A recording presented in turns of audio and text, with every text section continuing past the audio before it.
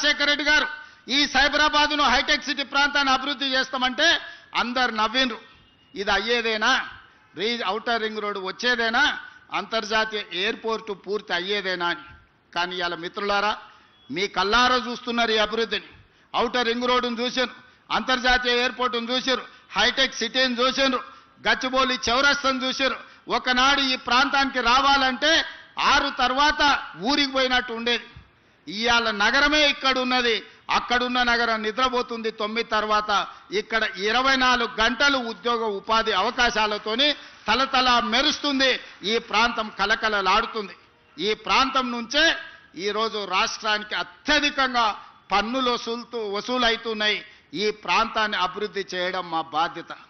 మా మిత్రుడు అరకపూడి గాంధీ గారు ఈ ప్రాంతానికి ఏం ప్రణాళికలు తీసుకొచ్చినా మా కమిషనర్ గారికి, మా హెచ్ఎండిఏ కమిషనర్కు, మున్సిపల్ కమిషనర్కు, ఎంఏయుడి ప్రిన్సిపల్ సెక్రటరీకి, అదేవిధంగా మెట్రో వాటర్ వర్క్స్ వాళ్ళకు ఆదేశాలు ఇచ్చిన ఈ ప్రాంతానికి అవసరమైన నిధులకు మీరు ఎక్కడ కూడా ఆపాల్సిన అవసరం లేదు.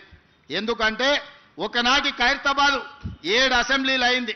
ఇవాళ Qutbullapur, cantonment, Kukatpally, Serilingampally, Khairatabad, Jubilee Hills, అంబర్పేటలో కొంత భాగం, ఇవన్నీ ఆనాడు పీజేఆర్ గారు నాయకత్వం వహించిన ఖైరతాబాద్ నియోజకవర్గం 7 అసెంబ్లీలు అయింది. ఇవాళ షేర్లింగం అది 2009లో. మరి 2009కి 2029కి ఒకే రకమైన పోలిక ఉంది. ఆనాడు పీజేఆర్ గారు నాయకత్వం వహించిన ఖైరతాబాద్ 7 అసెంబ్లీలు అయి 7 మందిని ఎమ్మెల్యేలు చేసింది. ఈరోజు మా మిత్రుడు అరకపూడి గాంధీ నాయకత్వం వహించే షేర్లింగంపల్లి కనీసం 4 అసెంబ్లీలు అవుతుంది 29లో. నియోజకవర్గాల పునర్విభజన జరగబోతుంది. నియోజకవర్గాల పునర్విభజన 2029లో జరగబోతుంది.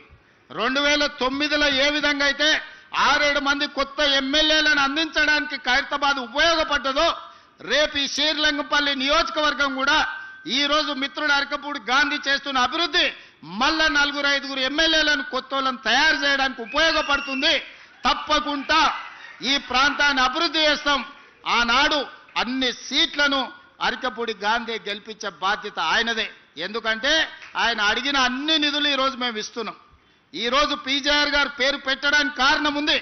ఆ హైటెక్ సిటీ రావడానికి పీజేఆర్ కారణం. ఈ ప్రాంతం అభివృద్ధి చెందడానికి పీజేఆర్ గారు కారణం. ఈ ప్రాంతంలో లక్షలాది మంది ఇతర ప్రాంతాల నుంచి వచ్చిన వాళ్లకు ఒక నమ్మకం కలిగించింది పీజేఆర్. అందుకే వారి పేరు పెట్టడం సముచితం అని చెప్పి ఒక గొప్ప నాయకుడిని స్ఫూర్తిగా తీసుకొని ఇవాళ ఈ మన ఫ్లైఓవర్కి పేరు పెట్టుకున్నాం. రేపు పొద్దుగాల షేర్లింగంపల్లిలో జరిగే అభివృద్ధి రాష్ట్రానికి ఆదర్శంగా ఉండాలి. వేదిక మీద ఉన్న మా చాలా మంది నాయకులు ఉన్నారు, యువమిత్రులు ఉన్నారు, ఎమ్మెల్యేలు అవుదామని వాళ్ళందరూ ఆలోచన చేస్తున్నారు. మరి మీ అందరికీ అవకాశాలు రావాలంటే మీరు అరకపూడి గాంధీతో పాటు ఈ అభివృద్ధిలో ఈ వేగాన్ని ముందుకు తీసుకెళ్లడానికి మీరందరూ కలిసి పనిచేయాలి. చిన్న చిన్న విషయాలు ఎక్కడైనా ఉంటాయి. కుటుంబంలో కూడా కొన్ని భిన్నాభిప్రాయాలు ఉంటాయి. భిన్నాభిప్రాయాలు భేదాభిప్రాయాలు కాదు. మీ అందరినీ కాపాడుకునే బాధ్యత మిత్రుడు శ్రీధర్ బాబు గారిది. ఎందుకంటే వారికి చతురత తెలుసు, రాజకీయ వ్యూహం తెలుసు. పివి నరసింహారావు గారు ప్రాతినిధ్యం వహించిన మంతనికి వారు ఎమ్మెల్యే. మొదట పివి నరసింహారావు గారు, ఆ తర్వాత శ్రీపాదరావు గారు, ఆ తర్వాత శ్రీధర్ బాబు గారు మంతని నుంచి రాష్ట్రానికి దేశానికి సేవలు అందించారు. మరి వారి నుంచి వారు ఎంతైనా నేర్చుకొని ఉంటారు కదా. అందుకే రంగారెడ్డి జిల్లాకు వారిని ఇన్ఛార్జ్ మంత్రిగా ఈరోజు నియమించినాం. షేర్లింగంపల్లిలో ఏ సమస్య ఉన్నా మీరు వారి దగ్గరికి వెళ్ళి కూర్చోండి, వారి పరిష్కరిస్తారు. ఈ ప్రాంత అభివృద్ధి నిధుల కోసం ఏమున్నా వారు ఎండార్స్ చేసిందంటే 1 నిమిషం ఆపుకుంటా మంజూరు చేసే బాధ్యత నాది. అందుకే మిత్రులారా, మీరందరూ అభివృద్ధిలో భాగస్వాములు కాండి. మీ రాజకీయ భవిష్యత్తుకు నాది పూచి. ఎవరికైనా ఏదైనా చెప్తే 100% అమలు చేసే వరకు గుర్తు పెట్టుకొని దాన్ని అమలు చేసే బాధ్యత నాది.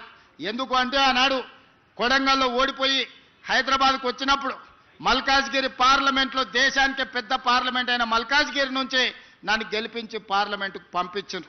ఆ పార్లమెంట్ సభ్యత్వమే పిసిసి అధ్యక్షుని చేసింది. ఆ పిసిసి అధ్యక్ష పదవే ఈరోజు తెలంగాణ రాష్ట్రానికి ముఖ్యమంత్రిని చేసింది.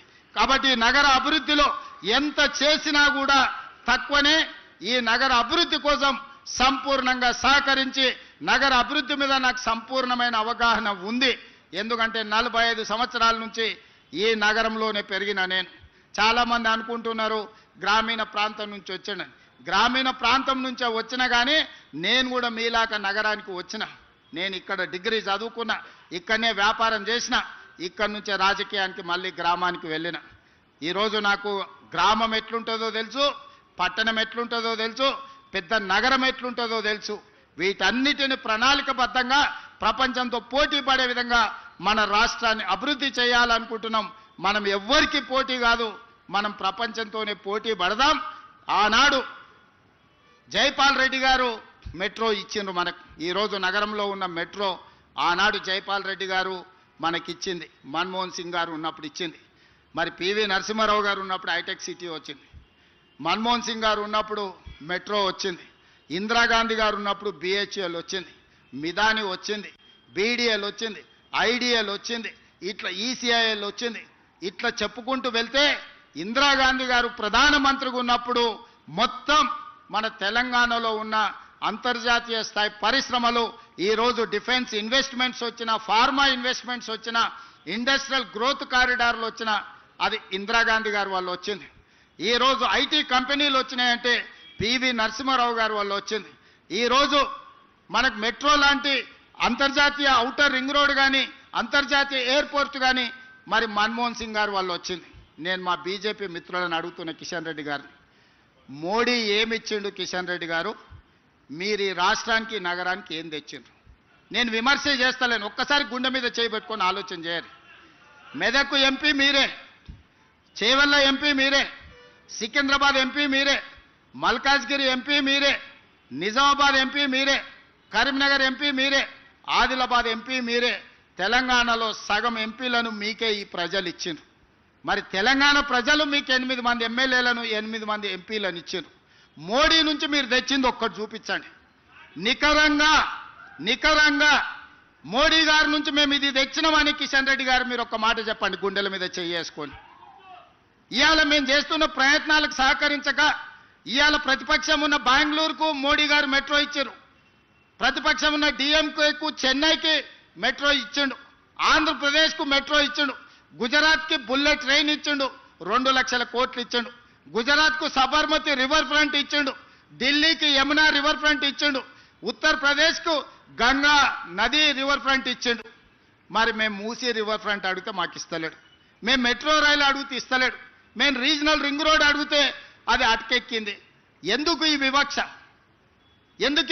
కిషన్ రెడ్డి గారు మీరు ఆలోచన చేయాలి కదా కేంద్ర మంత్రిగా. మేము చెప్పినాం కదా, మీ ఎంబడి వస్తాం, మీరు మమ్మల్ని తీసుకెళ్ళండి, భేషజాలు లేవు, నగర అభివృద్ధి చేసుకుందాం, తెలంగాణ ప్రాంతాన్ని అభివృద్ధి చేసుకుందాం, మేము మీతో కలిసి వస్తామన్నాం. దాదాపుగా 30-35 సార్లు ఢిల్లీకి పోయినా, ప్రధానమంత్రిని కలిసిన, అమిత్ షా గారిని కలిసిన, అందరు మంత్రులను కలుస్తున్నా. నేను కలువని మంత్రి లేడు, చెయ్యని విజ్ఞాపన లేదు. రేపు కూడా అమిత్ షా గారు వస్తున్నారు. నేను మా మిత్రుడు పొన్నం ప్రభాకర్ గారు, మా శ్రీధర్ బాబు గారు రేపు ఎయిర్పోర్ట్కి వెళ్ళి అమిత్ షా గారిని మళ్ళీ అడుగుతాం, మా మెట్రో మాకు ఇవ్వండి, మా మూసీ మాకు ఇవ్వండి, మా రీజనల్ రింగ్ రోడ్ మాకు ఇవ్వండి.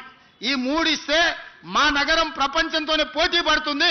న్యూయార్క్లో ఉన్నవాడు కూడా ఇక్కడికి వచ్చి అరే హైదరాబాద్ నగరంలో నేను నివసిస్తా, ఫ్యూచర్ సిటీలో నేను వ్యాపారం చేసుకుంటా, హాలీవుడ్ అమెరికాలో కాదు, హాలీవుడ్ను బాలీవుడ్ను ఈరోజు హైదరాబాద్ నగరానికి తేవడానికి మేము ప్రయత్నం చేస్తున్నాం.